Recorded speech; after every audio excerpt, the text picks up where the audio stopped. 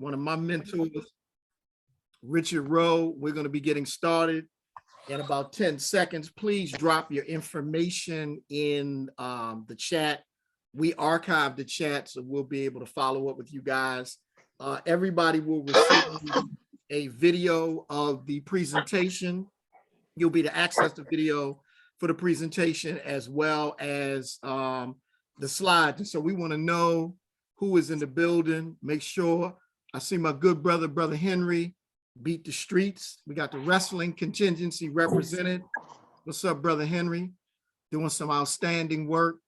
Definitely put your information in the chat. And like I said, we're going to be starting in 30 seconds.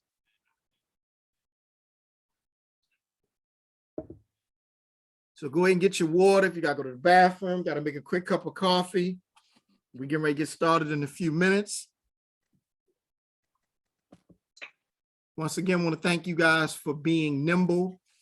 We had some tech challenges, but once again, I want to thank you guys.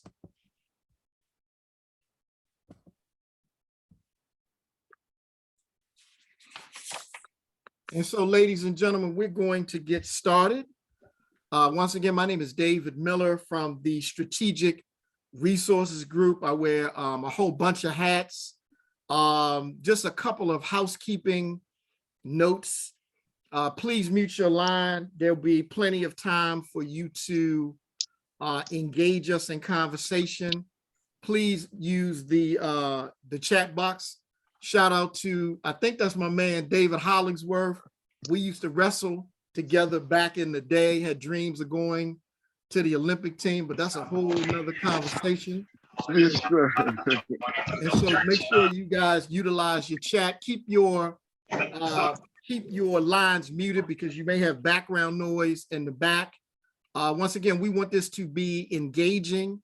And we think, ladies and gentlemen, this is a super important conversation because we realize in the city of Baltimore that those of you on the line who coach a sport, you guys are probably mentoring more young people than most of the recognized organizations in the city. And our goal is to figure out a way to connect with you guys, help you scale up in terms of funding, evaluation, board development, and many of the other things that you may need. And so next, we're going to go to Adam really quickly. If Adam is still in the building, I know he's got a Superman cape on. If you can give folks just a brief intro about the Baltimore City Youth Fund. Well, actually, I'm in. Adam is taking care of the people's business on the other side of BCYF related things. So good evening, good folks. My name is Tafari Melasizwe. I do communications work for the Baltimore Children and Youth Fund. I work with Adam and Shaquille, if you've been to a number of these previous sessions that we've been doing.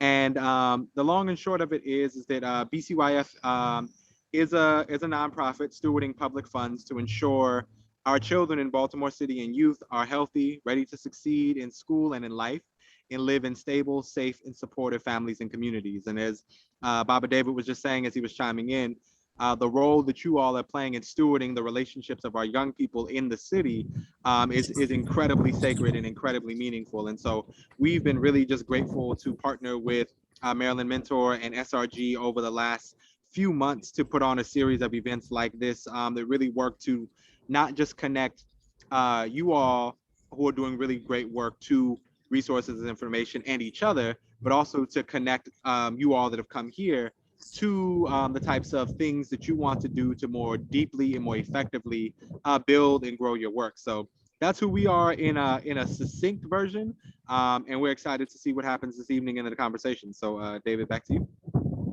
And ladies and gentlemen, bear with me. My allergies are acting up again, but we're going to still push forward. Thank you, Brother Tafari. And on the screen, you'll see the guiding principles, the value system that kind of undergird the Baltimore City Children and Youth Fund.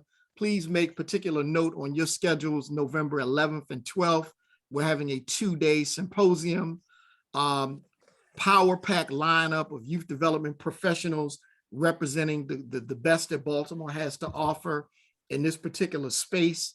So you'll see information in terms of how to register, but you can also go to the Baltimore City Children and Youth Fund website. And that's November 11th and 12th. That is our culminating activity.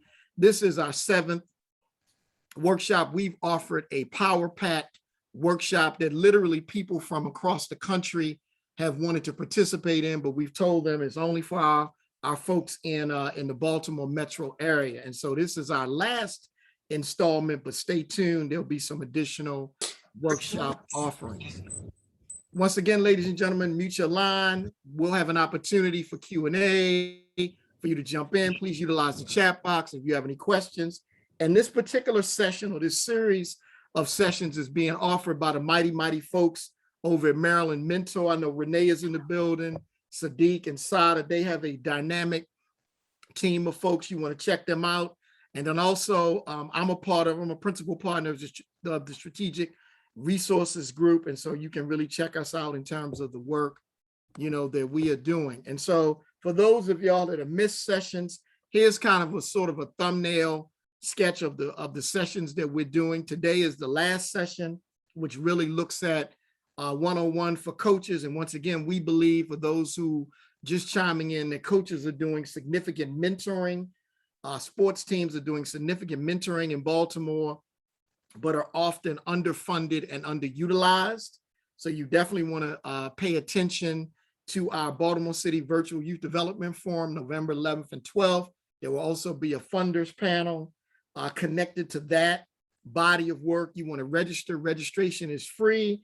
And we have some special treats for those of you who register. And so you'll be getting more information momentarily. Next but not least, I want to introduce my good mentor, Richard Rowe, from the Motor City, was a standout football player. And I'm going to let Richard introduce himself.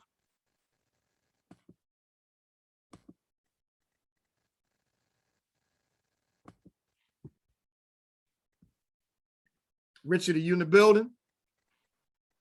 He's on mute. Talking, and can no one hear me? My bad, you all. Good evening again. My name is Richard Rowe, and I'm also a principal with the Strategic Resources Group. David called me his mentor, and I tell folks all the time, while that may be true, he is also my mentor when the mentor-mentee relationship is a good one. Both the mentor and the mentee learns, and sometimes the positions changes from mentor becoming the mentee and vice versa. So I'm learning as much from that good brother, my brother and friend, David Miller, as hopefully he has learned from me. And I am grateful to be here, you all. I have spent a lot of my life in service of, joining with, building, and partnering with other groups and organizations to lift up and to celebrate the best of Black folks, to basically lead us into areas of importance where we can definitely lift up our young people, enhance family life, build community, and do the work that our ancestors have basically left us to do. The sacrifices they've made it such that we can be here today to do important work for our families and for our communities, and especially for our future young people. So I could go on talking about me, but that's not why we're here. Just know that I am part of this important team of folks doing everything we can to support you all in every way that we can, so that we can all go together. My quote behind me is an African proverb, says, if you want to go quickly, go alone. But if you want to go far, go together. And that's one of my favorite quotes. And that is what this is really all about. I want to go far, you all. And we hope you all will join us. Thank you. David, back to you. And Richard, super quickly, tell folks, because I know you from the Motor City and you played football in Detroit and came to Morgan to play. Tell everybody what position you played. I played running back and linebacker. Like when we were on teams, we had to play both sides. So I was an all-city, all-state, believe it or not. But that was some years ago in Detroit, Michigan, where I basically shined and was one of the celebrated student athletes. Make it very clear that it wasn't just about the sports, it's also about the grades. I went to an all pretty much predominantly white school. And so it was a interesting experience for me, but I came from also a family that believed in me and that taught me to value myself early on, so that I didn't struggle, although I struggled in some classes. I didn't struggle in terms of really making clear to everyone that I came to play. So I played football, I played running back, I scored a lot of touchdowns on offense, tackled a lot of folks on defense, got hurt a few times, but it was a hell of an experience. And again, I hold up sports as being one of those experiences that teaches you so much.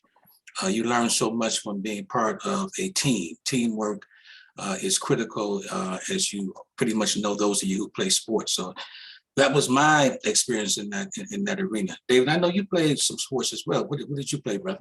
So I wrestled. That was back in the day here in the city of Baltimore. And it's great to see one of the brothers who were on my wrestling team, David Hollingsworth. I saw him.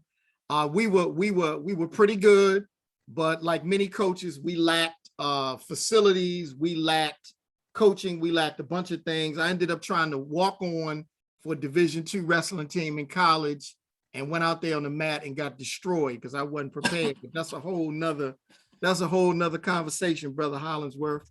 And so, ladies and gentlemen, we're going to do an icebreaker. We're going to always check in, and we're going to check in with y'all in a few minutes. We're going to frame the conversation. We're going to look at some of the larger challenges that coaches face. We're going to look at youth sports by the numbers. We got some great dynamic books. Then we're going to do like sort of final reflections, some Q&A, some wrap up, some next steps and evaluations. And just real quickly, even though I was not able to pursue my dreams of going out for the Olympic team, I've been fortunate enough to have had contracts with, I've done work with the NFLPA, I've done work with WWE, I've done work with Major League Baseball, and it looks like at some point with myself and some of my Atlanta-based colleagues, we're probably going to do something with NASCAR because NASCAR need a little bit of color, y'all. And so let me open up really quickly with this quote. Coaching is a profession of love. And I don't know how many of you guys know the story of Eddie Robinson, but one of the things that I think is super important as a coach is not just teaching X and O's, wins and losses, but also teaching young people about the history of sports and some of the great heroes and sheroes who have paved the way. And so I'm forever grateful for the trailblazer, Eddie Robinson, one of the winningest college basketball coaches. Richard, I know you remember our good brother, Eddie Robinson. I started off in college at Wilberforce University, and that was my first experience being exposed to the great HBCU football tradition. Central State at the time had a dominant football presence in the HBCU. So let's frame the conversation. If you have any questions or comments, please jump in. This will be your opportunity, ladies and gentlemen, to really kind of chime in and put some information in the chat. So there are a couple of questions that we think really help us kind of frame the conversation. What made you decide to be a coach? And you can put it in the chat. We'll open up the lines briefly to hear your comments because we want this to be interactive. What have been some of your greatest successes when you really drill down and you think about the enormous work that you've been doing? Talk about some of the successes. A lot of times, y'all, we talk about the kid that got killed, right? We talk about the kid who was destined for greatness but didn't want to do the school thing. So really want to hear from you guys. What have been your greatest successes as a coach? Talk about your disappointments and please start dropping these in the chat and we're going to come back to you. What are some of the greatest benefits of youth sports and youth coaching? Definitely please mute your line. And what kind of resources? That's a big question. Number 5, what kind of resources do you need to execute? One of the reasons why we want you to also put your information in the chat is because we are super excited and are going to be putting some energy around hosting some kind of major youth forum for coaches to really begin to dig deeper into training, technical assistance, really begin to get you guys connected on the Maryland Mentor side to a lot of the free training, but also want to bring in experts across the country that have been doing tremendous work in the sports space. So pick whichever one of those 5 questions you want to respond to, drop it in the chat, and you can go ahead and unmute your line if you want to jump in and respond to any of those 5. We're just asking you to be very concrete and succinct, because then we're going to go to Richard to really begin to kind of unfold some of the discussion points and the things that we want to bring home. Anybody want to share? Anybody want to unmute their line and share? Hi, my name is LaDeja Lippincott. I'm a 28-year-old youth development specialist. And one of my best moments as a coach, I would say I had a kid get into one of his favorite schools. He was a kid that I guess you would say that everybody else said he wouldn't make it into school because he wasn't focused, he wasn't doing his schoolwork. But once he started playing soccer, he was able to find his passion to make him want to go to school and to want to get his schoolwork done. And can you tell us what school he got into? Yes, he got into UCLA. Oh, wow. So it wasn't Big a Ten. top school. It was just a school he got into. So he was just excited to be able to say he got into it. Nice. Thank you. And thank you for the awesome work you're doing. Who else? If you want to select one of those questions and just jump in, unmute your line, be real concrete. Who's next? Hi, my name is Gary McCarter. I'm better known as Coach G. I'm the founder and CEO of Coach G Academy. And I thought I'd answer all these questions really resonated with me, but I thought I'd share number 3. What, if any, have been your greatest disappointments as a coach? And I think shockingly, my greatest disappointment was that the kiddos realized that I'm human. And it's a different level of validation when you're superwoman to people. But then when they realize, oh, she's human, it becomes disappointing in a sense that it becomes disappointing, and then it becomes powerful, because that's when I think the mentee becomes the mentor. You know, when you say I learn more from you than you learn from me, I think that's that moment when they realize that you're human. So I think it's disappointing in a sense, because it's like, oh, dang. But then it's a triumphant moment, because then they begin to teach you things that, you know, you never thought. Now, is this the legendary Coach G? Of course it is. Okay, all right. I met you Famous before. Coach Things G. about Regina talks about Legendary. you all the time. Well, I appreciate that. I would talk about Regina all the time. You saw how happy I was when I got her. But I don't want to take up nobody's time. Everybody on here legendary. Thank you so much. Okay, thanks a lot. Please, anybody else, last person, want to jump in? Yeah, Any I'll one hop of those in. 5? Yes. How you doing, David? I'll hop in. Number 5, what kinds of resources do you need as a coach? Can you hear me? Yeah, you got a lot of background noise. What, you on Greenmount Avenue or something? Come on, man. You got a lot of background noise. Yeah, that wasn't actually me. It's someone else. Okay, all right. Okay, Come on. but I'll take a stab at what kinds of resources do you need as a coach? General coaches training. That's why we're here. We utilize coaching resources from Up to Us, Hi Meredith, coaching core as well. So we always looking to improve as coaches. And some of the things that we're taking a look at is trauma sensitive coaching, and those sort of resources to help us to become better coaches. So often we lack the formalized training for general coaching. So that's why I'm here today, is to try to gain more resources to help us to become better coaches. Thank you. Thank you. Please continue to drop your information in the chat related to these 5 questions. We're going to go to Richard Rowe in a moment. But one of the reasons why we decided to do this piece, Sadiq and I were invited to the Aspen Institute a couple of years ago, and we were blown away that they had this large forum around youth sports and mentoring. And myself and Sadiq, we the only Black people up in the session. And so we realized that this issue around training, around technical assistance, particularly as it relates to coaches, and how to get coaches and sports organizations to understand research and evaluation, funding, board development, how to develop an advisory board, how to better understand the young people that you're working with parents. All of those things are super important. And so, Richard, you can jump in. Okay.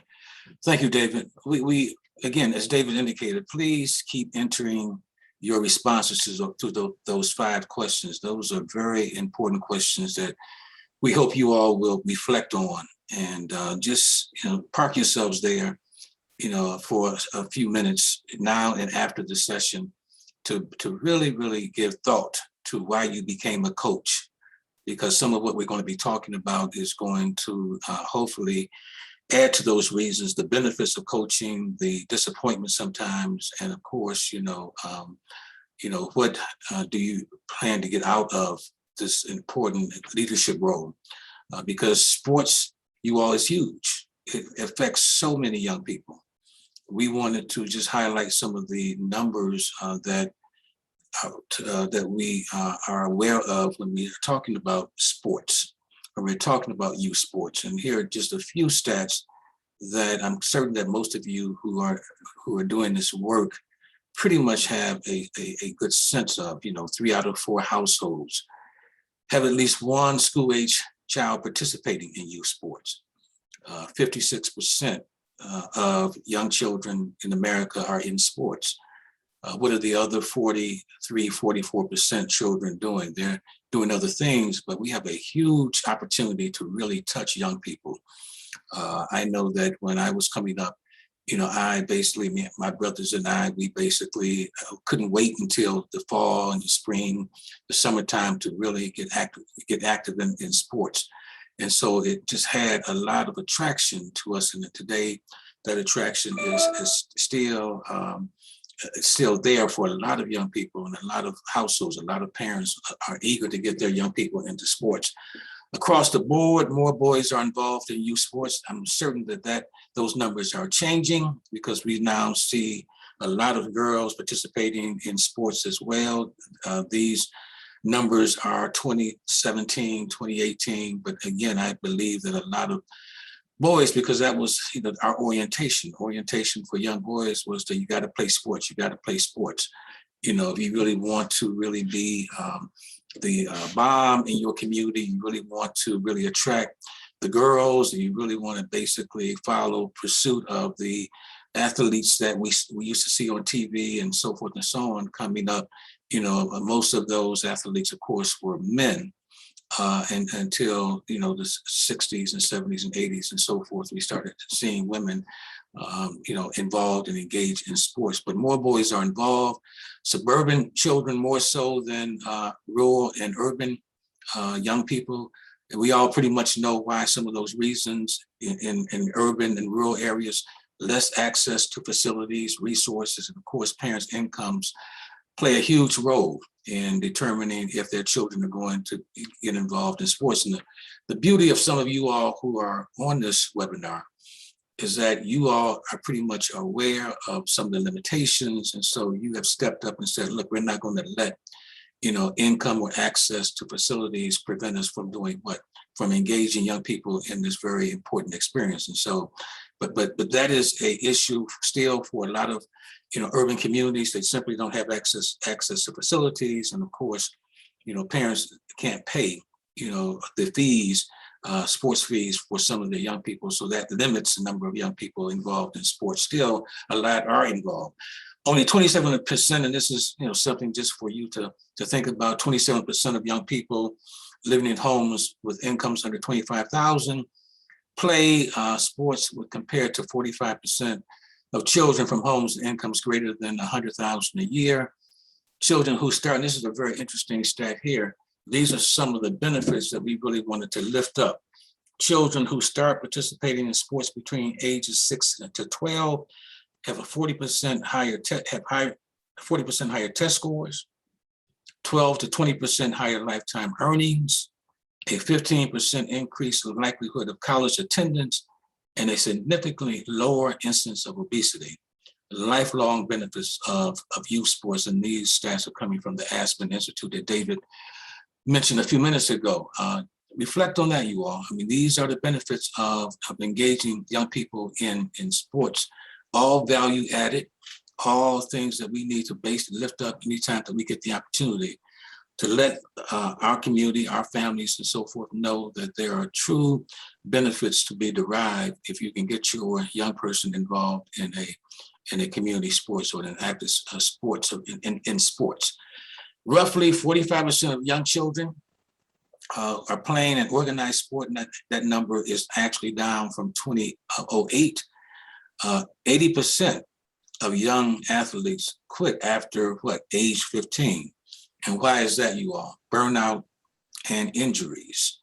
A lot of young people are having, problems basically with over preoccupied with sports and other competing demands. And if the program is not providing the kind of space that young people really need in order to decompress, and if their demand is too great and too high for them psychologically and physically, over time, young people will basically, burn out and they will simply quit. And so all of those kinds of issues have to be basically understood as you put your programs together so that we don't burn out young people. And again, as we all know, a few years ago, we were confronted with a lot of injuries to the head, concussions and so forth. So a lot of parents have taken their young people out of sports just for that reason alone.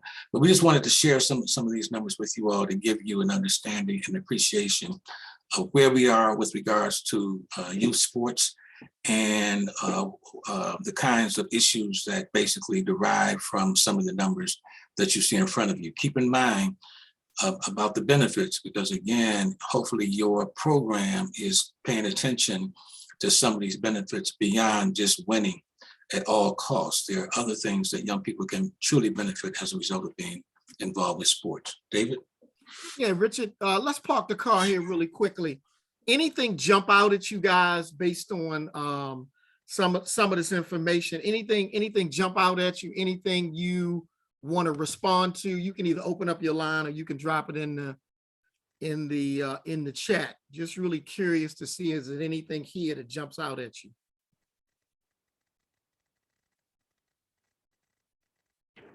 Hi, my name is LaDeja Lippincott. I'm a 28-year-old youth development specialist. I currently work at the National Youth Baseball Academy. And one of the things was that the success rate of a child who's in sports that jumps out for me. It's one of the reasons why I wanted to come to the National Youth Academy so badly. I work in Ward 7 and 8 in DC.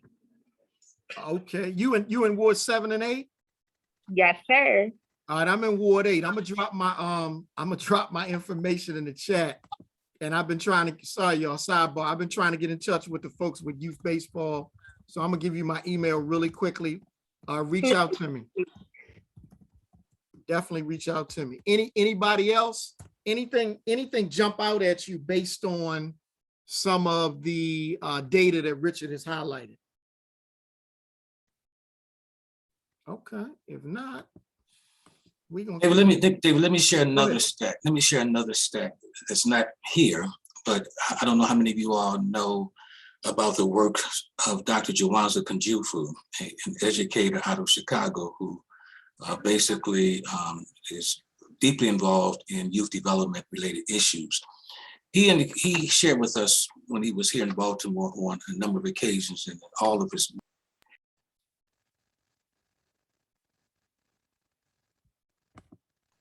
Richard, you went on mute. Sorry about that, you all. I mentioned Jawanza Kunjufu. I was talking about a stat that he lifts up quite often in the work that he does regarding youth development across the board. And in sports, he made it very, very clear that we have over 1 million, and he was speaking about young boys. If you know of his works, he's written 4 volumes on countering the conspiracy to destroy Black boys and a bunch of other important works. But he lifts up some stats and some numbers that I think we need to basically hear. The stats that he shares with us is that there are 1 million Black boys, and this is critical information, you all. 1 million Black boys trying to do what? They want Michael Jordan's job, or they want a Shaq's job. They want a famous basketball player. They want, their job. So 1 million are applying to play sports in basketball in any given year. Out of that 1 million, 400,000 will make the high school team. Of that 400,000, only 4,000 will make it to play college ball. And that's basketball, that's football, that's generally sports in general. Out of that 4,000 that will play college-related sports, for either basketball, football, etc., only 35 in basketball will make it to an NBA team. Out of that 4,000, 35 will make it to that NBA team. 7 will start, and 4 will play for an average number of years of what? 4 years. So you have 1 million looking to play sports, national sports. You have 4,000 who, out of that 1 million, who will make it to an high school team. 4,000 will make it to a college team, and then only 7, or fewer numbers than one can imagine, will play professional sports. That's why it's important for us to really develop the whole person, the student athlete, and not place total emphasis just on what? Athleticism. We've got to basically help lift up these young men so that they, and young girls, so that they have career options and career choices. I just thought those numbers were critical and very, very important to have us understand what this is, what some of this is really all about. Hope that helps a little bit. Thank you, Richard. Really, really, really powerful food for thought, and I think really timely, because so many young people are looking at a career in sports as a way to dramatically change their circumstance. So once again, y'all, here's another place for you to really jump in and get engaged. List the 3 biggest challenges of coaching today's student athletes. And come on, y'all, let's keep it honest. Let's keep it real. What are some of the challenges that you face coaching today's student athletes? Let's be really open and honest. You can drop it in the chat. I'm gonna give you a moment to kind of think about it, and then we'll open up the lines. What are some of the biggest challenges of coaching today's student athletes? Just take about 30 seconds, kind of think about your work, and then you can either type them in the chat or you can respond. We'll open up the lines. Just list your big 3. I'm sure some of y'all got 27. Just give us 3 for right now.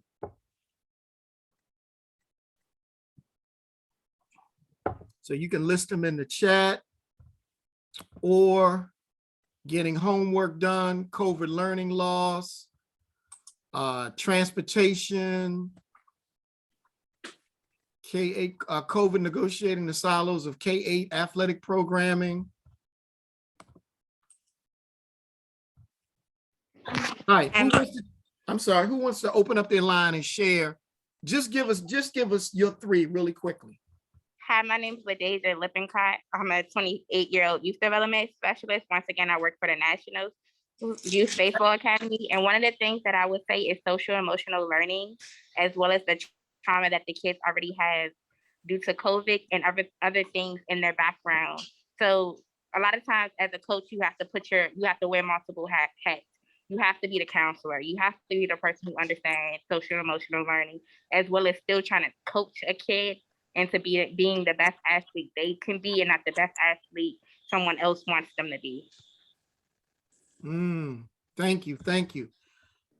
Powerful. Someone else, social and emotional learning. And I think it's really important for the coaches to understand, outside of X's and O's, wins and losses, what kind of life skills building are you doing with these student athletes to build character and to make sure that they are well-rounded? Because we've all heard stories of young people who have, left the community, gone to high school, gone to college, and couldn't cut it because so much energy was placed on their athletic prowess versus character development and teaching them how to navigate society. So the social emotional learning piece is really, really powerful. The ills of criminal activity within the community, outside influences, friends and family. Anybody else want to open their line and share?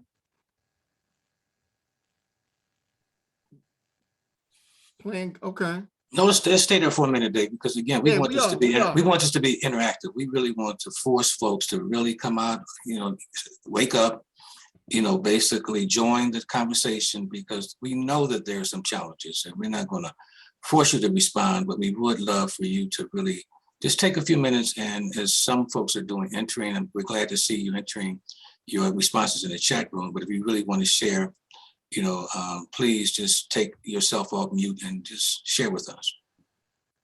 So grades, family, participation, negative influences, family support. Okay, good. Let's take another minute to hear from folks. Anything else that comes to mind?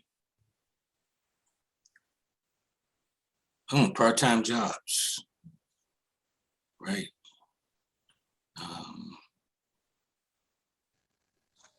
Hi, my name is Ladeja Lippincott. I'm a 28-year-old youth development specialist, and I work at the National Youth Baseball Academy. One thing I would say is family obligations.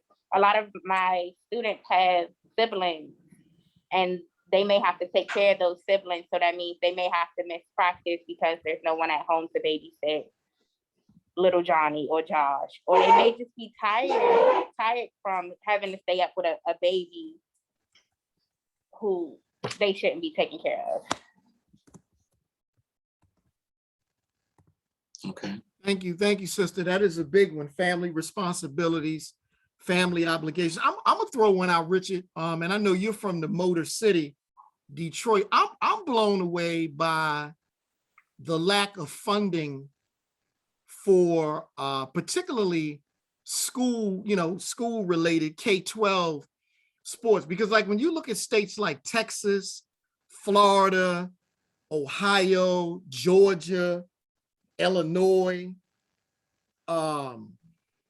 sports, high school sports. I was just in Pittsburgh the other day, a couple of days ago, and the amount of money that they're spending on like high school sports in terms of budget, California, thanks, brother Tafari. And again, we know the positive benefits of coaching and sports in terms of addressing social emotional learning, building character, teaching student athletes some things that they may or may not get from their home. I'm often literally frustrated by the lack of funding that we hear and we see as it relates to high school, middle school sports. And so again, if I was the king of the hill, or had a larger role in terms of decision making, I would fully fund sports. I've heard stories of, particularly in Baltimore, coaches, and this may be some of you in the building, Tennessee, thank you, Renee, where they've had to pay for their student athletes to get in Ubers to make it to games. We ought to be ashamed of ourselves, y'all, that coaches have to spend their own money for student athletes to catch an Uber to go to games. Got to do better, y'all. But again, list your top three. Please drop them in the chat. We're going to share just a couple that Richard and I are familiar with based on our interactions. Richard and I were fortunate enough to get a grant through the Annie E. Casey Foundation to do some capacity building with coaches, and we hope to get another grant to be able to work more deeply with coaches. But here are just a few. Richard, you wanna share? Oh yeah. So if David alluded to this one here, budget constraints, and we all know that we see a lot of coaches, a lot of young people on street corners from time to time in intersections with their buckets, trying to collect funds to pay for different, resources and the equipment and so forth. Any given time of the year, we see, folks trying to raise money in that way. So we know that a lot of teams are struggling to buy uniforms if they don't have sponsors, et cetera. So budget constraints are going to be a challenge for a lot of teams, a lot of youth programs. Have always been and continues to be, and we've got to try to help organizations or sports teams figure that one out. How do you sustain your activities? How do you keep the activities moving forward? How do you really join with sponsors? How do you really join with other teams and see how you can share resources?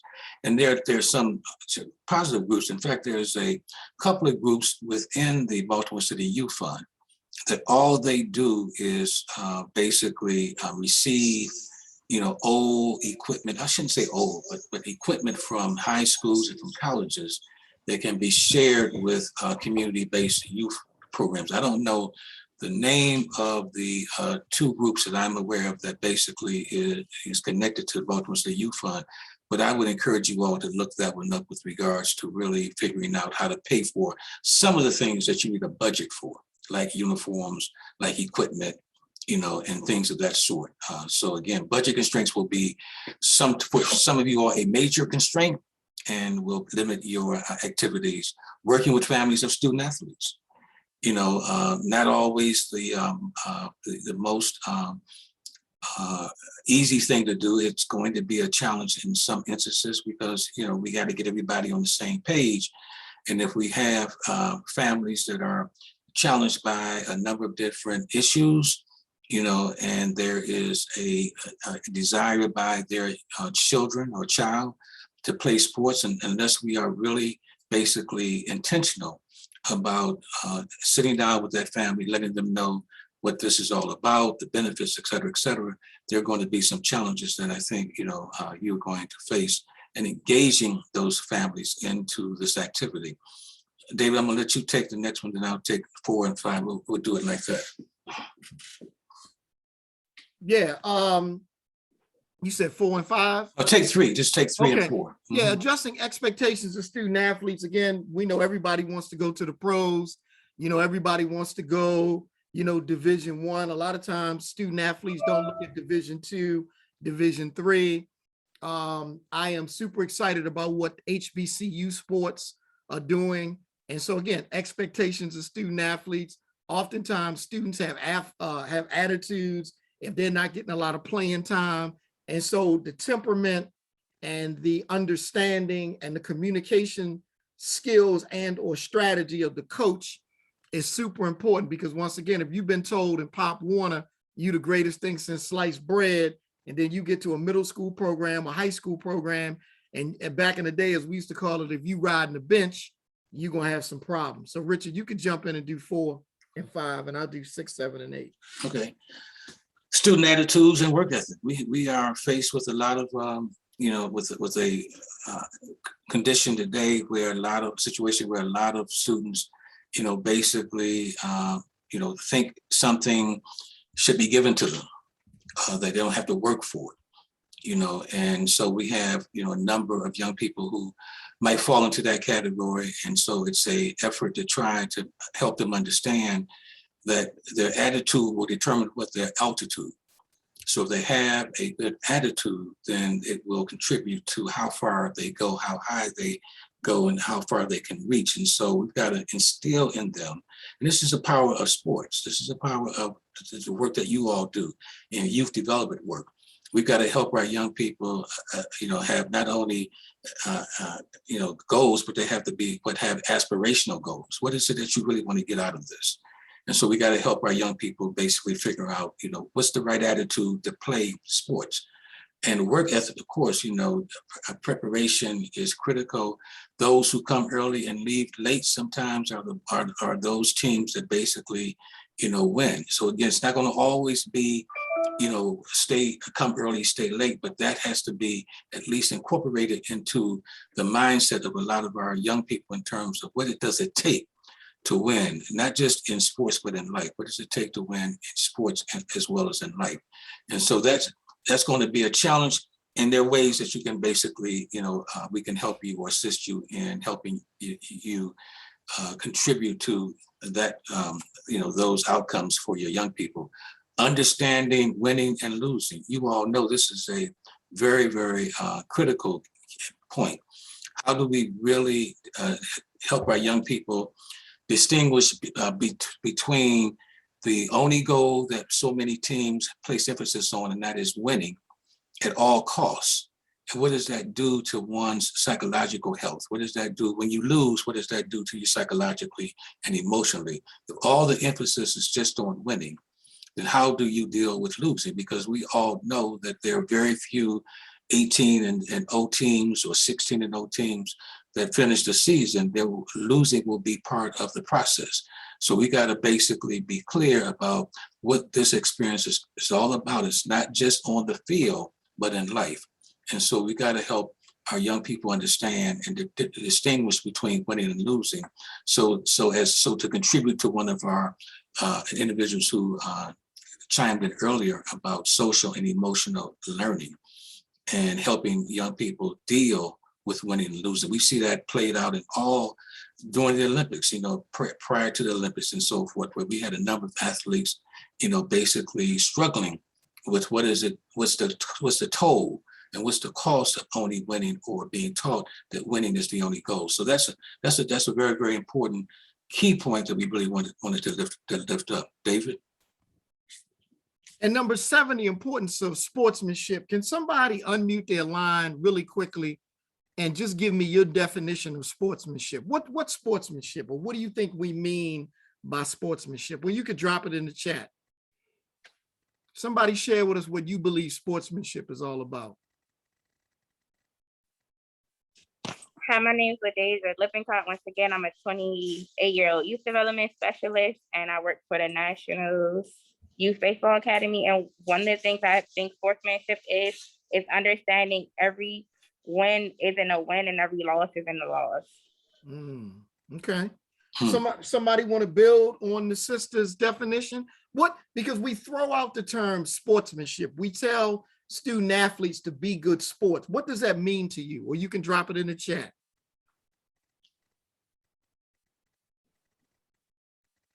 Anybody? This is Rob Smith. It's a couple of things. One is playing by the rules and respecting those rules, respecting the officials, umpires that help enforce the rules, and respecting your opponent, that like you, they're athletes, and yes, they do want to win, but they're doing their best and you're doing your best. And that's what sports is all about. I like what, thank you. I like what Blake put in the chat. Humble in victory, grace in defeat. Blake, that's a t-shirt. Humble in victory, right? We don't have to always do the celebration and being braggadocious, and grace in defeat. I want to park the car at number 8, Richard. I think that this is a big one. I think all too often when we think about youth sports, and I'm going to keep it real. A lot of times they let anybody coach. Yep. As long as you have a pulse and you volunteer. A lot of times, many of you who may not be really deeply engaged in youth sports, a lot of times you have leagues where coaches and staff are not going through they're not going through criminal investigation background checks. They're not being run through the sex offender registry. They, again, they just got a pulse and they want to coach. You got in a lot of communities, you got dudes that's selling dope, that's running basketball and football leagues. And so you got to think about the impact that this is having on the socialization of student athletes, because the young people know what's going on. And so we really got to begin to think about how we manage the leagues. In Baltimore, I can't tell you the number of incidents that I've heard where coaches have been assaulted by parents, umpires have been assaulted by parents. And so we really got to begin to think about management. We got to think about talent development. And we really got to think about making sure that we're offering young people a very well-rounded experience. Are there any other challenges that any of you would add to this list? I know we had some discussion before this, but any other things that you want to add that you think are missing? Again, you can drop it in the chat or you can open up your line.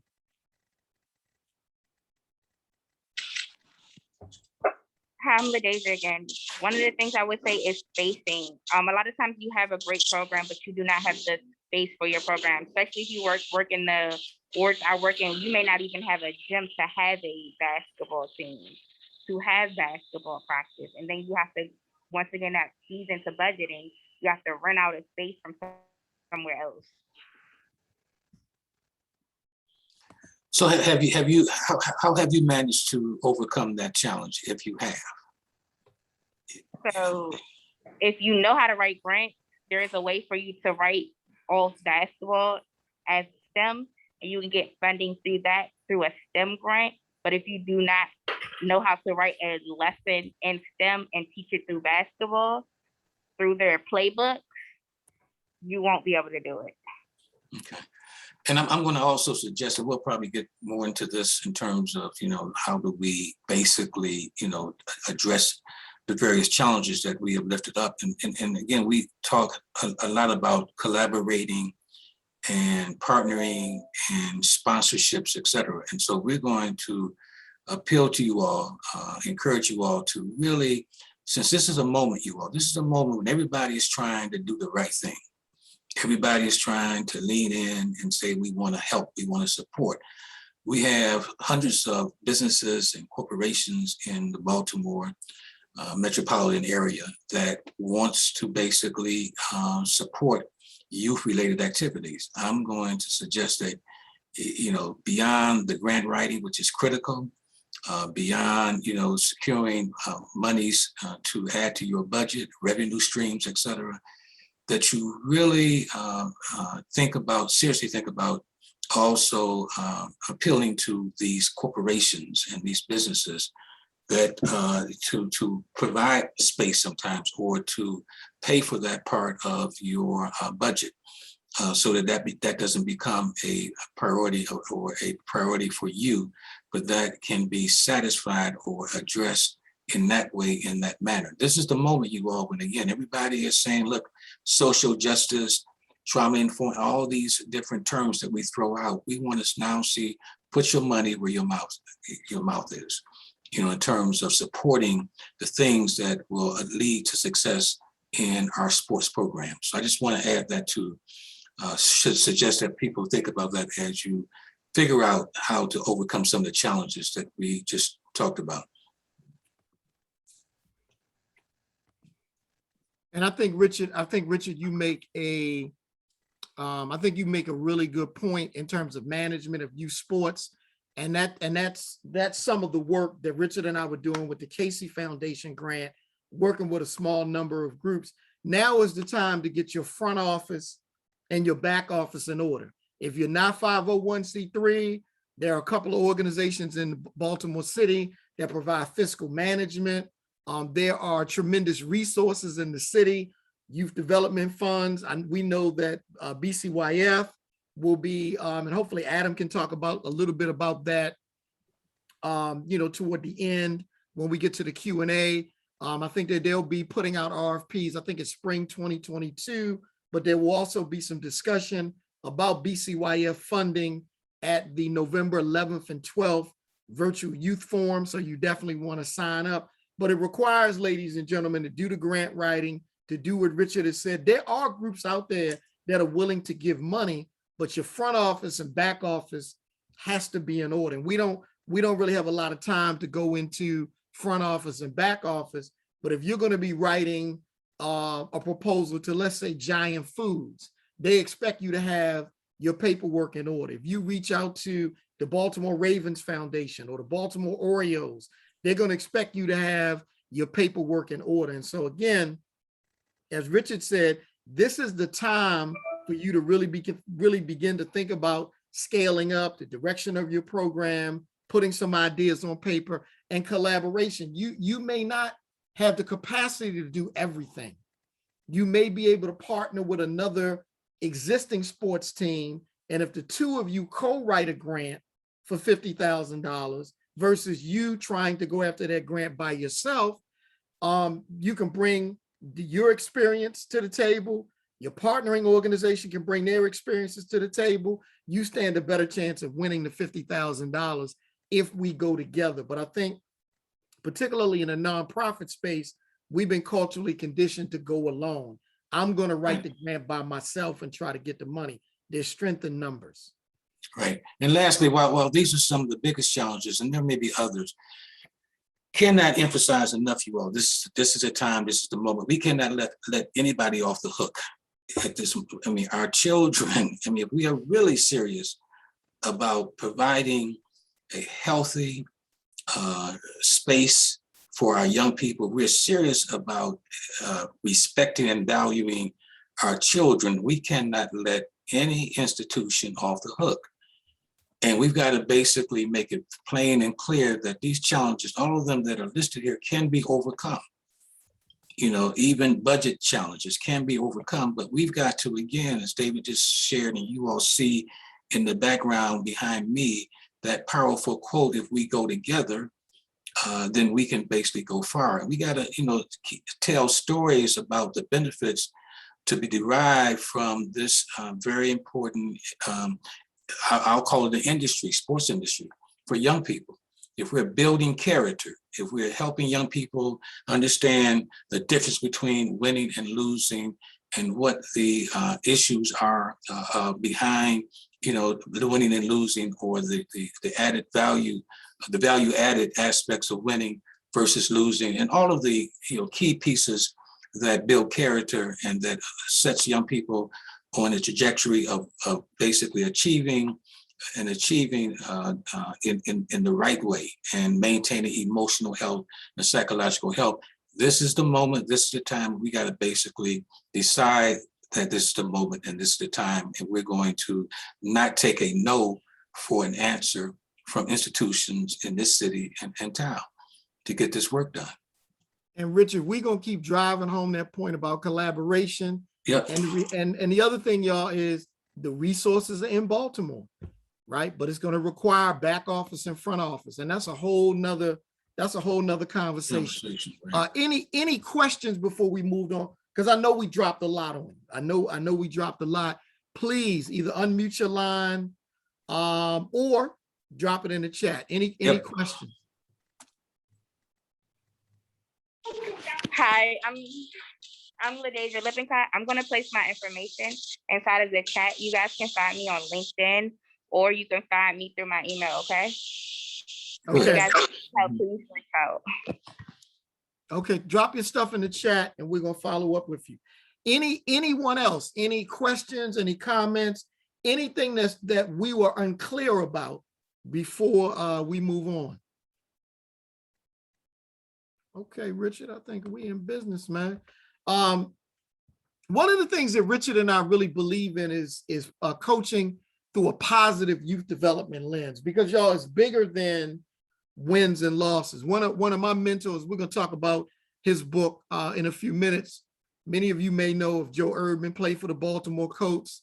Joe is doing some amazing work at Division I schools and have coached as contracts with several NFL teams. He really talks about character development.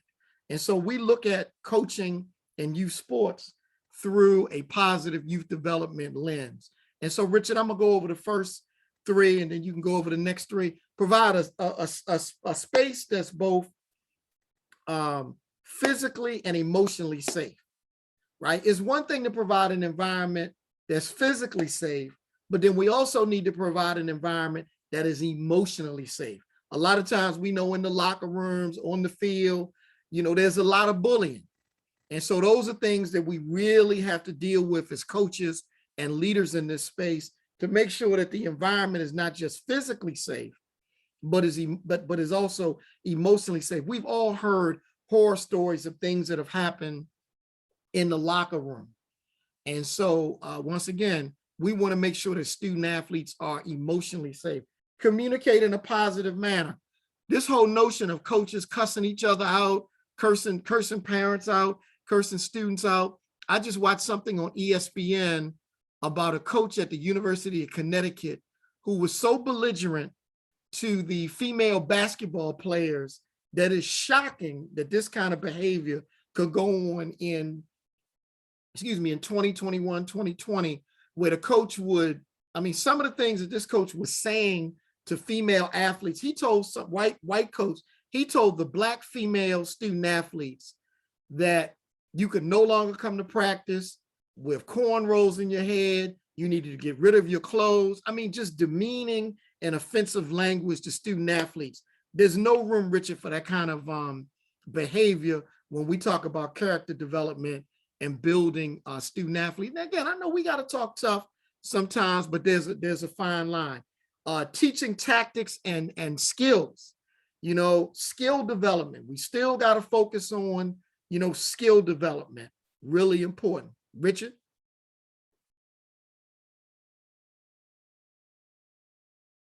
Richard, are you muted? To take himself off of mute.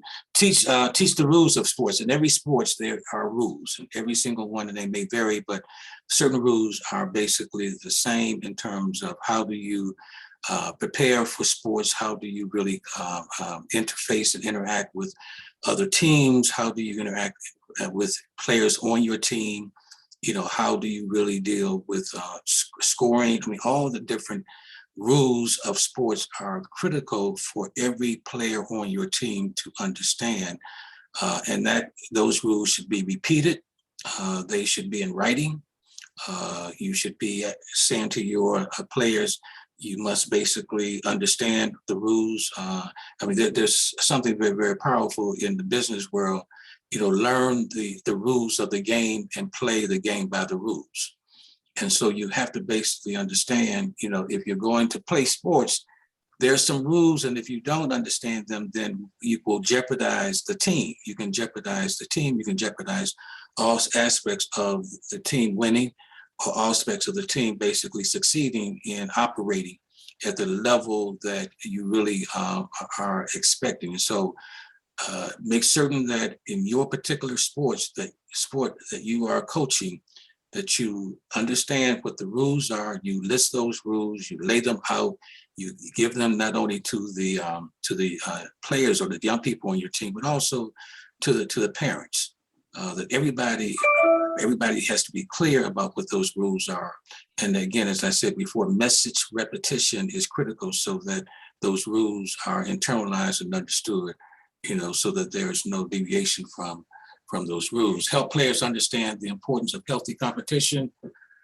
That's pretty much self-explanatory. But again, just to simply offer some further insight into that, the key aspect of this dealing with sports through the youth development lens.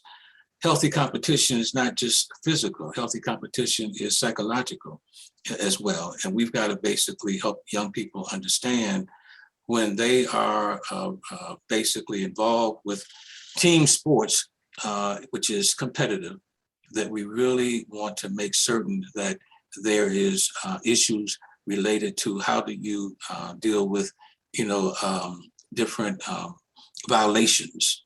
For instance, how do you deal, when you really want to fight conflicts? Conflicts are basically a constant issue in all sports. You're going to encounter conflicts. You're going to encounter, well, the referee or the umpire said something that I didn't like and I basically didn't think was fair. There is a way to respond and a way to handle, those kinds of instances. And we see sometimes even in professional sports that players are not clear about what healthy competition means, and so they go at each other. We've got to basically start early helping young people deal with conflict. And healthy competition entails, not basically, feeling that you've got to berate someone or that you've got to fight someone or that you've got to diss someone or go at someone because you didn't think the call was fair and so forth. So that is another area that requires, again, constant lifting up in terms of what does healthy competition means, what does it entails, and what the consequences are when you are not engaged in healthy competition. David? Thanks, Richard. Help players value fitness. No shortcuts. Training is important. I remember, I'm a big basketball fan. I remember, Allen Iverson saying he not coming to practice. As a coach, male or female, they don't need to be on the team. If they are above practice, no matter how good they are, no matter how long you've been riding their coattails, there's no room for student athletes that don't want to practice.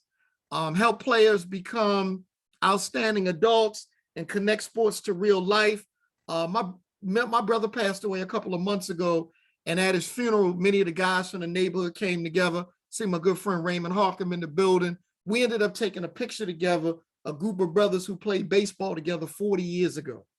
And baseball, Forest Park Little League, that is no longer in operation, really taught us about manhood, taught us about life skills, taught us how to navigate. And what Richard said was really important. taught us conflict resolution skills. We learned that playing baseball. And so the value of sports, y'all, is just so super critical. And the last one is a big one for me, Richard, teaching young people the history of sports. Young people need to know the history of sports. I was in Pittsburgh the other day, and we were talking about the Pittsburgh Pirates. And I talked about Roberto Clemente, the brother, one of our brothers, one of our heroes, right? And so the history of Black folks in baseball, Satchel Paige, Homestead Grays in Pittsburgh, Leon Day in Baltimore. There's a field named after Leon Day. So the history of baseball, football, basketball, soccer, Pele, hockey. We're a little behind on hockey, but we making up some ground. And then some of the great strides in golf. I mean, a lot of the HBCUs have golf teams. I don't think people realize that you can get a scholarship playing golf. And so really looking at some of the great golfers that predated Tiger Woods, Calvin Peete, and some of, thinking about tennis even before Venus and Serena Williams, your Arthur Ashes, your Althea Gibson. So we got a rich history, ladies and gentlemen. Figure skating, right? I mean, you name a sport, you look at the Olympics, and so we have a tremendous history in terms of sports that oftentimes that should be a class.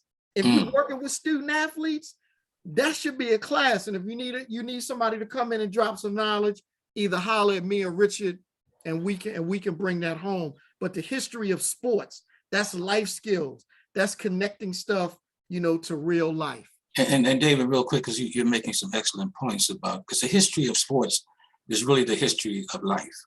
Yeah. It's the history of our dealing with systems, you all, that basically prevented us from doing what? I mean, I wear a T-shirt all the time that says, for the brothers who played but never got paid, the Negro Baseball League.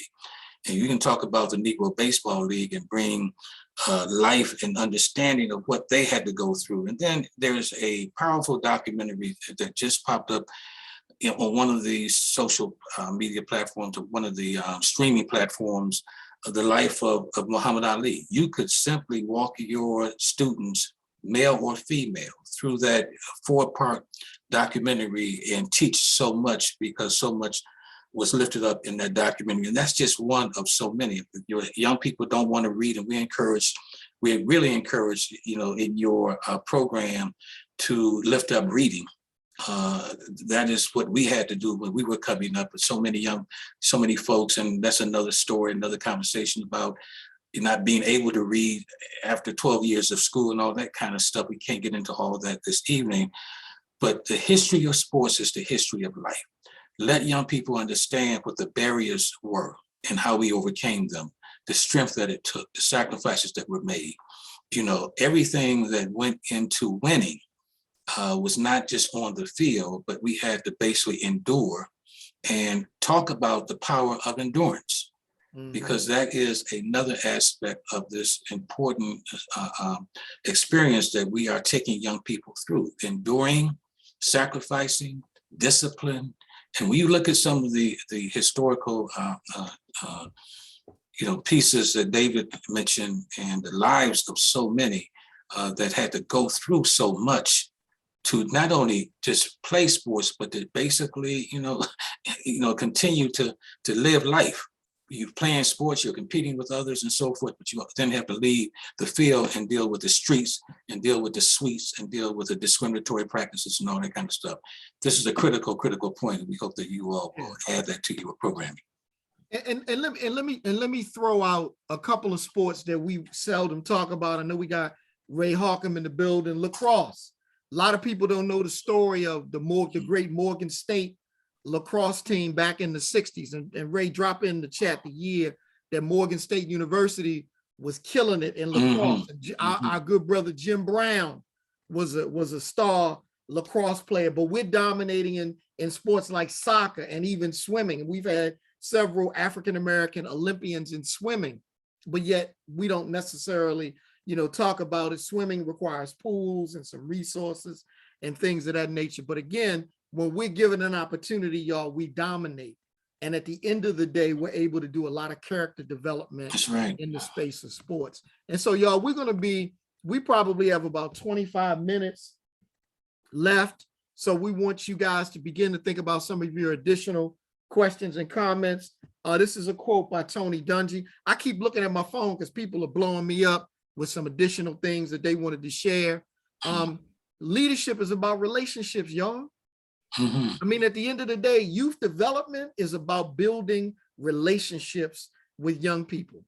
And second, never underestimate your platform. Even if you're coaching what you believe is a small league, a small team, you got 12 young people, you got 8 young people, pour into those young people. Never minimize the power that adults have with young people. And that's the power of mentoring. Yep. Tony Dungy, just another phenomenal man on and off the field. He's in the Hall of Fame. He's coached. He was a player. And so again, there's just so much history we can think about. Richard, the benefits of coaching, you take the first 3, I'll take 4 and 5. And ladies and gentlemen, begin to think about questions you want to drop in the chat. Right.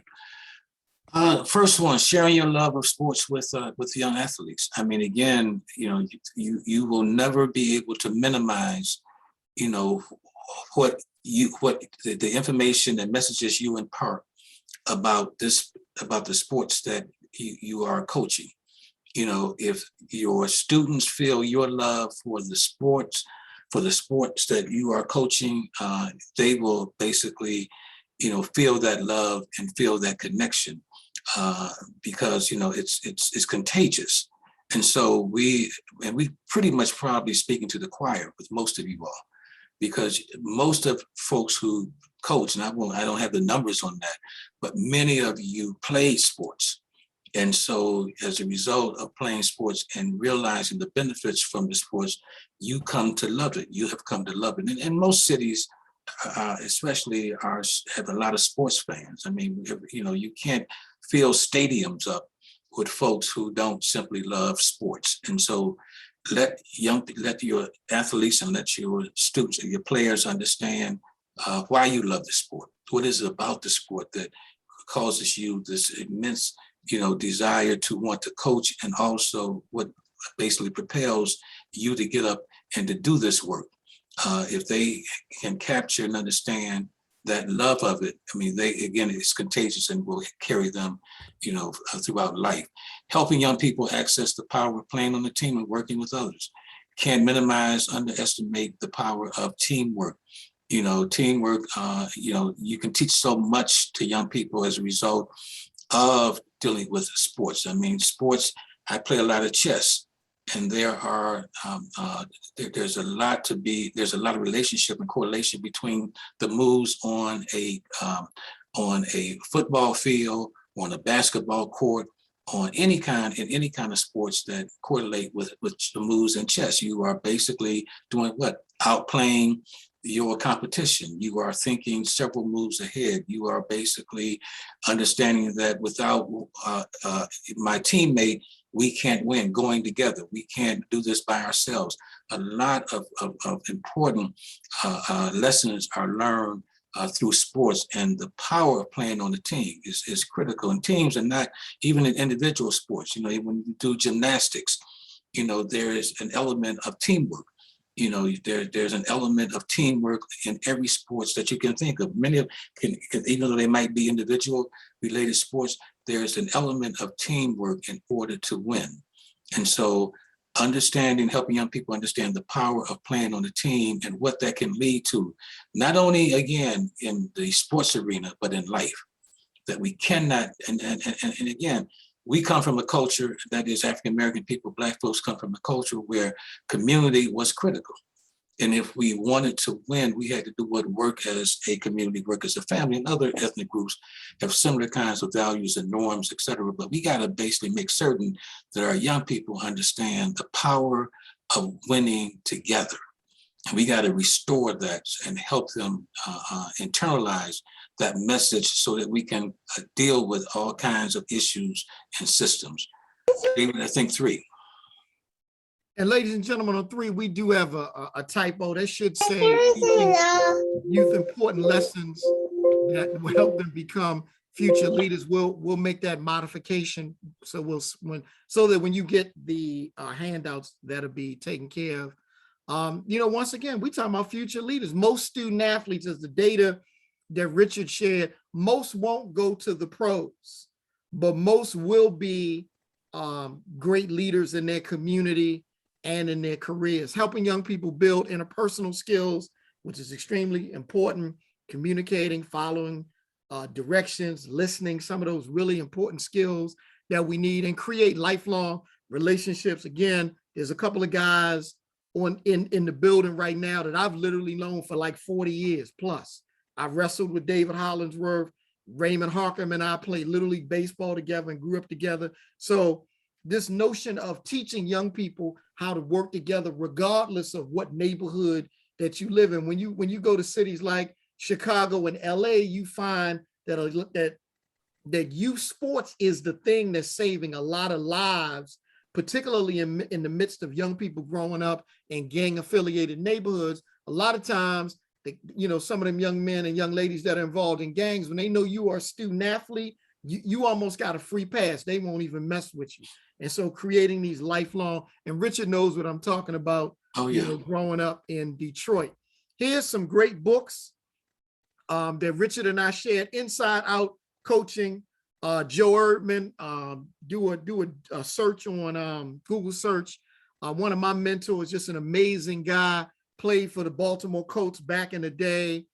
He's still in the Baltimore metro area. He's in Timonium. He's doing this work at a high level. He runs a coaching institute. He's working with some of the larger high schools across the country. Just a phenomenal guy. Great book.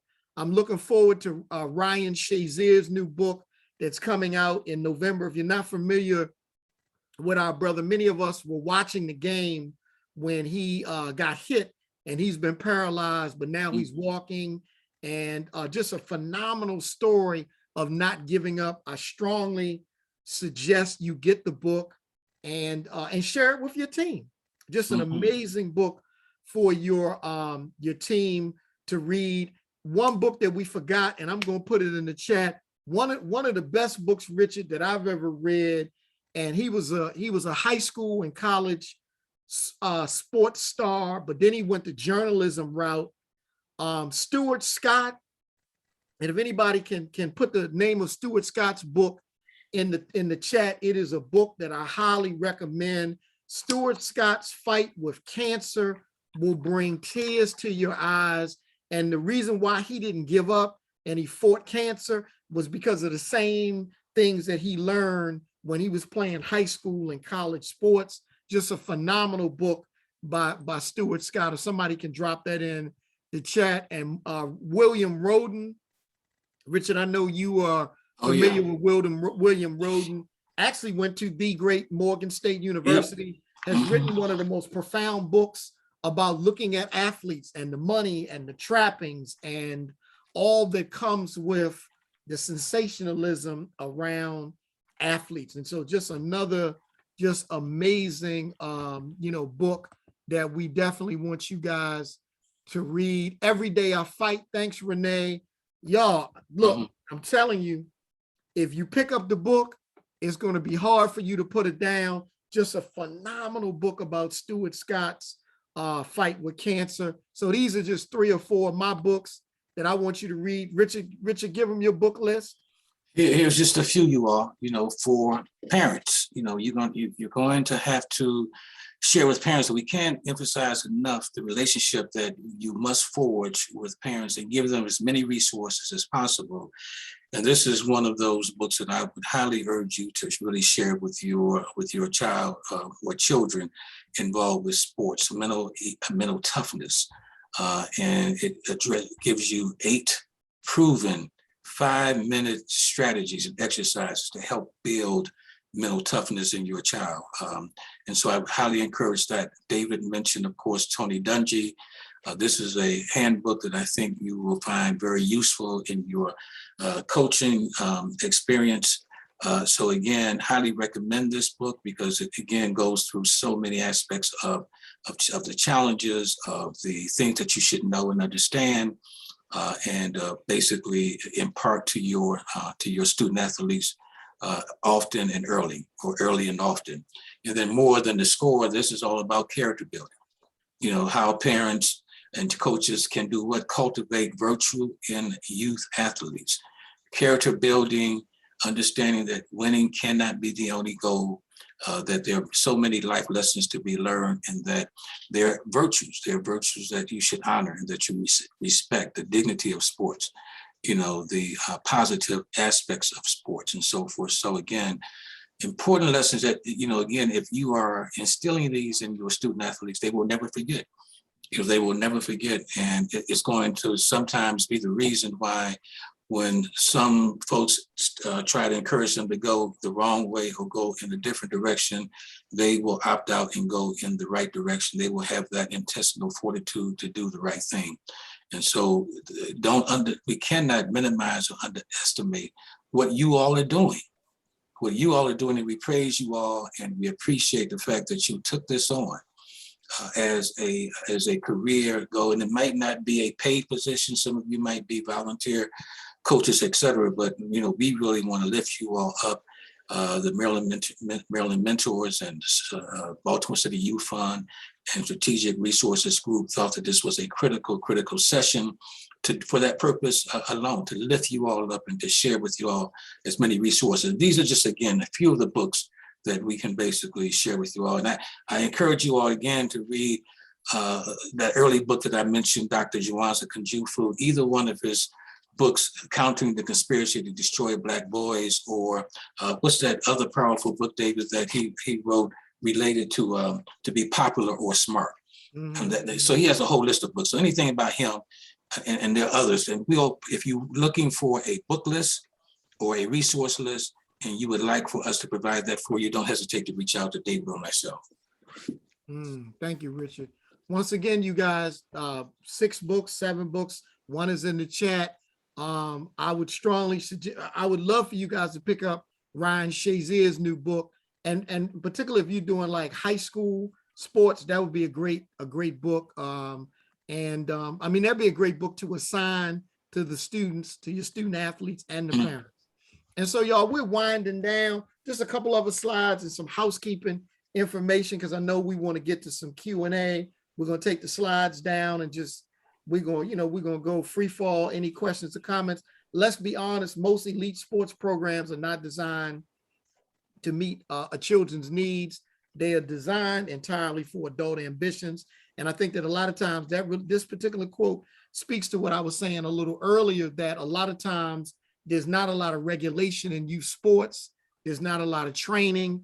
There's not a lot of coaching clinics. And there's not a lot of making sure that outside of winning and losses and the actual application, the skill building on the court, off the court, that we kind of bring these things home in terms of making sure that we have well-rounded student athletes.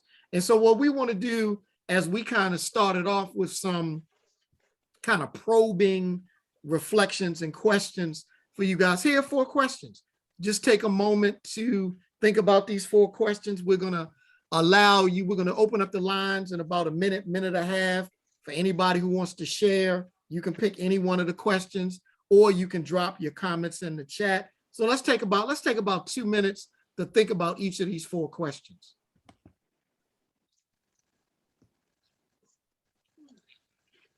So just take 2 minutes, think about your responses. We'll open up the line, Richard, hear what people have to say. These are some final questions from us, and then we're gonna go to the Q&A. Yep. And in the Q&A, we really want to hear what you guys need from the larger Baltimore community, what you need to be successful. So stay on the line as long as you can. We're gonna be closing out in about 15 minutes with some general housekeeping stuff, but drop your comments in the chat, or we'll open up the line for you to respond, and you can respond to any one of those 4 questions?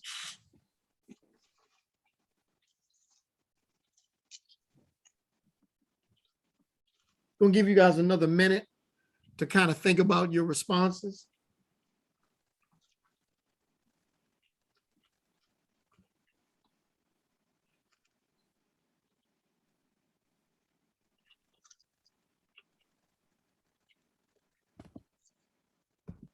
So who'd like to jump in? Anyone want to share your reflections or your responses to any of these 4 final reflections in terms of questions? And again, if Hi, you'd my like to name's jump in, just unmute your line, jump in. my name's LaDeja Lippincott. I'm a 28-year-old youth development specialist. Once again, I work for the National Youth Baseball Academy. So I want to share number 4. This is one, especially working in Ward 7 and 8, that I have to deal with. A lot of the parents may have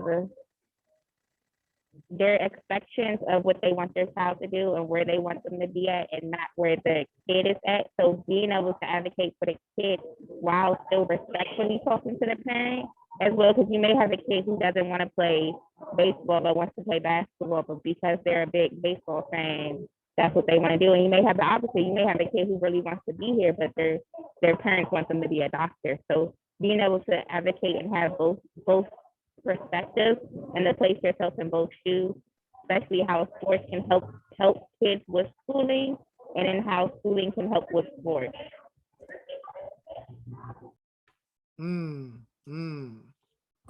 Thank you, thank you. Outstanding. Who else?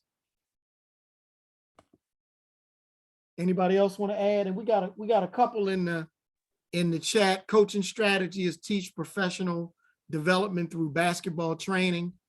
Absolutely love that, Jordan. Let's see what else we got. Coach Hollingsworth. Coach Hollingsworth in the building. What's up, man? Yes, how are you? I'm How's good. How you everyone doing? today? Hey, Good. great, I brother. would like to talk about number 4 because I am a coach of the sport of wrestling, which is really an unfamiliar sport to most of the youth as well as even to most of the parents. So when I actually get the chance to get a young parent or a young guy who's just getting into the sport, I try to bring the parent in with them the same way so they can get a chance to understand what the sport is all about. Because it's not like football, it's not like basketball, the way where you play the sport.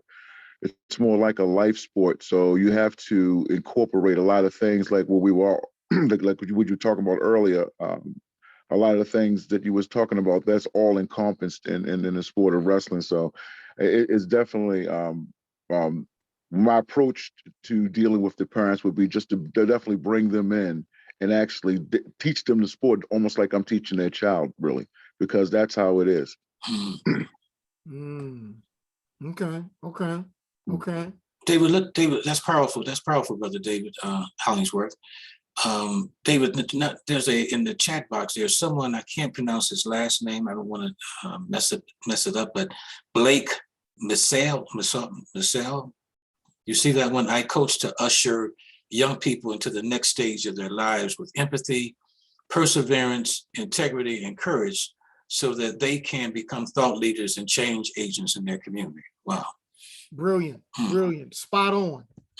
Spot on. That's the direction that we're going in, and being able to build student athletes. Anyone else? Anybody want to drop anything in the chat? Want to open up your line? You can just open up your line and jump right in. Can I share a story, David? Please. So hi, everyone. I'm Renee from Mentor Maryland, DC, and I'm actually going to talk about a coach that I had. So kind of a non-traditional sport. I was a baton twirler, and my coach was an older woman who, we referred to as Granny. she was an older lady. But, at the time that, she came to be my coach, she was the one telling me that I was good. Because while we often think of like the trope of the cocky jock and things like that, there's kids who are part of teams who don't have that kind of self-confidence, etc. So, she was the one who told me about my potential because I didn't know, and she would go on to, through her, I ended up being an individual and a team champion. And she ended up I went to her 50th anniversary of, of coaching party. So I think that longevity is about being able to connect with what every kid brings, which is something different. A kid's going to bring confidence.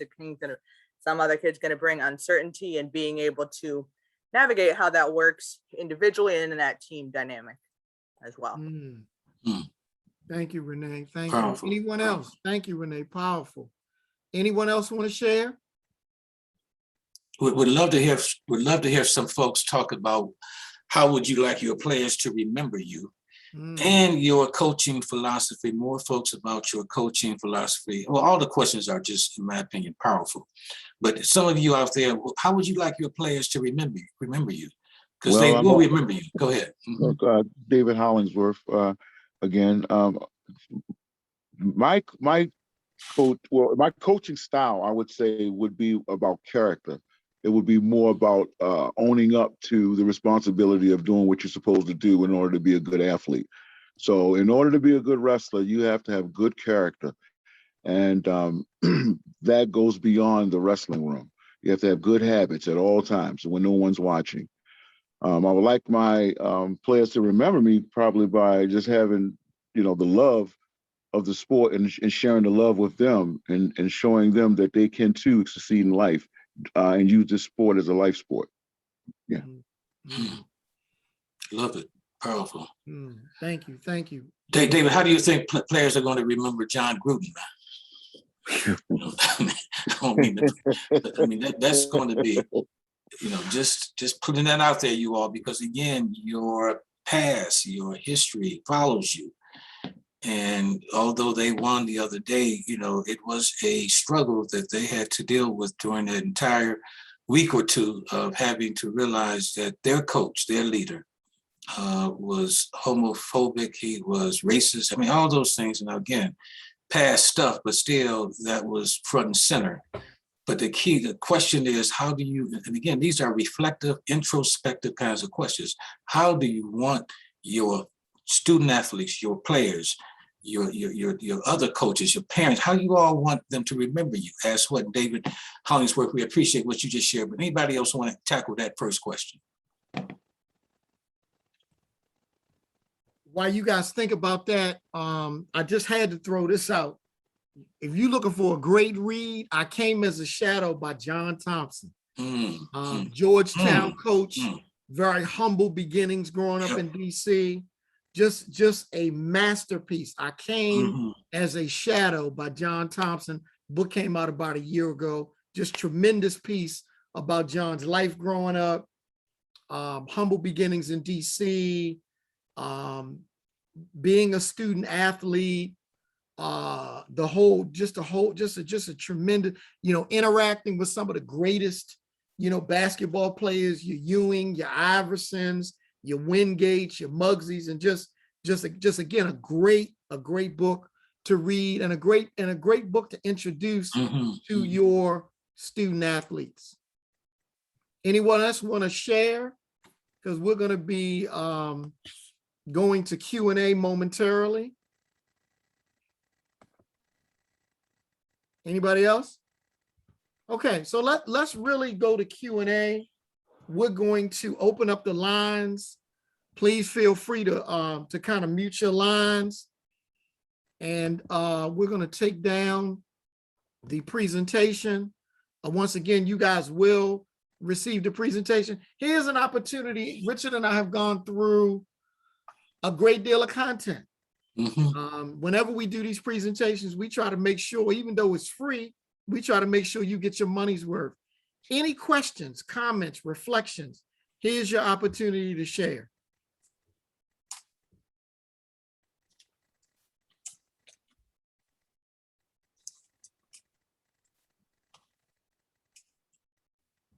What is this? I'm not sure what that is. I'm not sure who's sharing their screen right now. Okay. Okay. So any questions, comments, reactions, put them in the chat.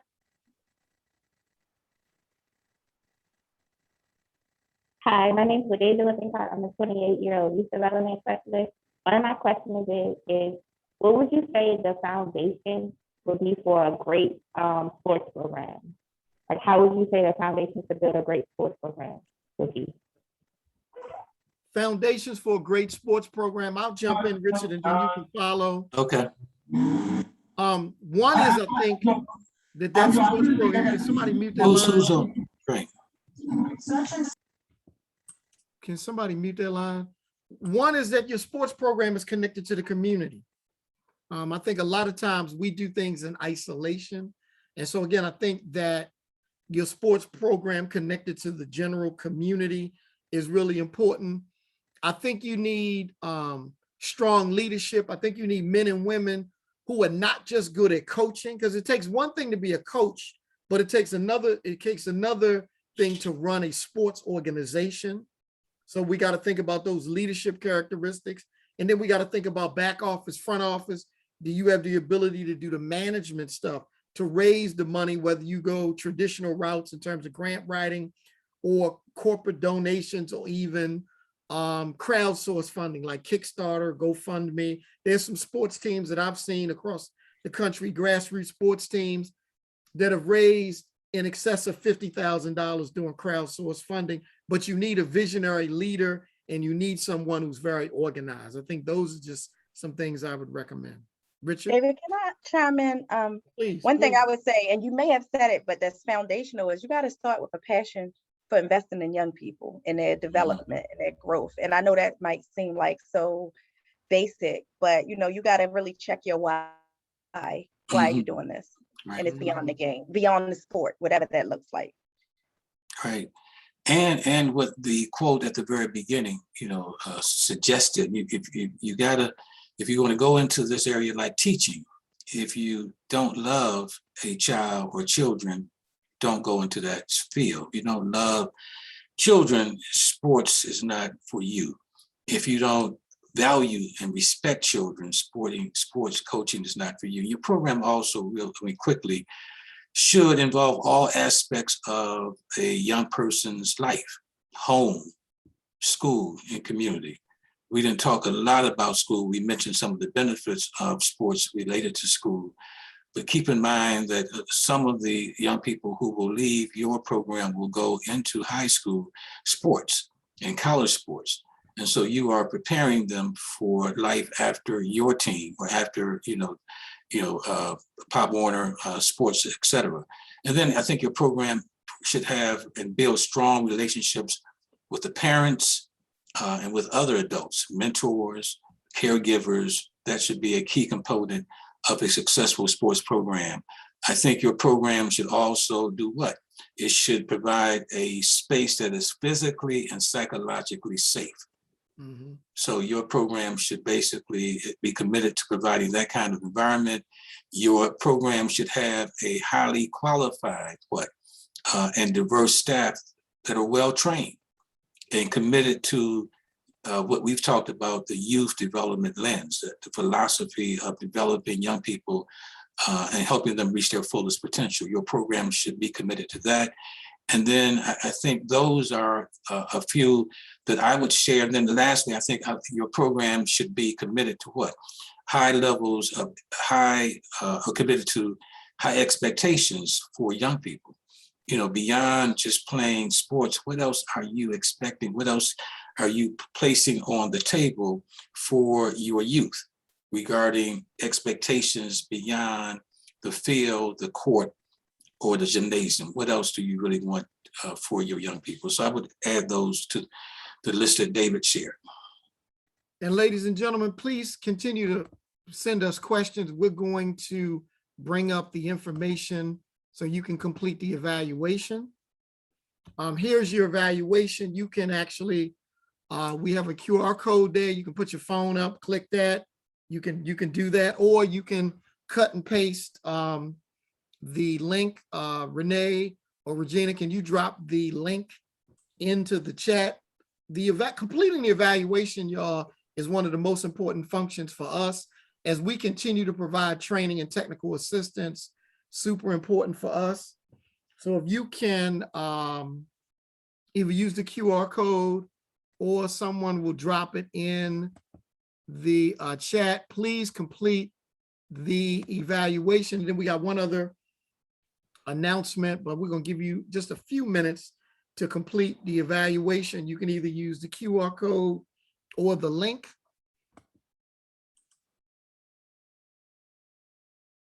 So take a moment and do that. And while you were doing that, last but not least, the virtual youth development forum. Ladies and gentlemen, you don't want to miss it. It's being hosted by the Baltimore Children and Youth Fund, Strategic Resources Group, Maryland Mentor. You can go to, here's the link, or you can go to BCY, the Baltimore City Children and Youth Fund website. Please register. November 11th and 12th is free. Let me just say that again. It is absolutely free. You want to stay for both days. We got some prizes for y'all because we know people love prizes, but we have a dynamic slate of youth presenters, also presenters in various fields, where the youth funding panel are really going to be dynamic. You can begin registering immediately. Tell Lottie Dottie and everybody, we definitely want you to be in the building. Don't be on the sidelines because you missed out. You can actually go, after you do your evaluation, you can actually go register right now. Going to be something for everybody. Richard, any parting comments to the good people? No, just to praise and congratulate those of you out there who are coaching and who basically find this, I perceive this as being, a truly life, not just only a life experience, but an experience of lifting up and helping young people become all that they can be. So we hope that we've given you all at least a tidbit of information, because there's a lot more that we could have shared, but in limited time, we wanted to highlight some of the key elements and the key components of developing a good sports program for young people. And again, like teaching, I remember all of my best teachers and all of my best coaches. And I can tell you who the first and last names are, and I can tell you something about them because they had They had a tremendous impact on my whole self. And that's what you all are doing for your young people. David? Thank you, Richard. Once again, ladies and gentlemen, we've been really excited to be able to provide a robust array of training. I want to thank our strategic partner, Maryland Mentor, along with the Baltimore Children and Youth Fund. But again, stay tuned. We have some very dynamic announcements coming. So glad that you guys spent a Tuesday evening with us. Stay connected with us. Visit BCYF's website, and we want to say good night.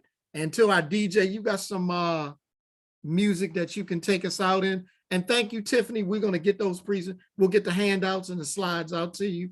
Thanks a lot. You guys keep up the work. We know it's difficult work.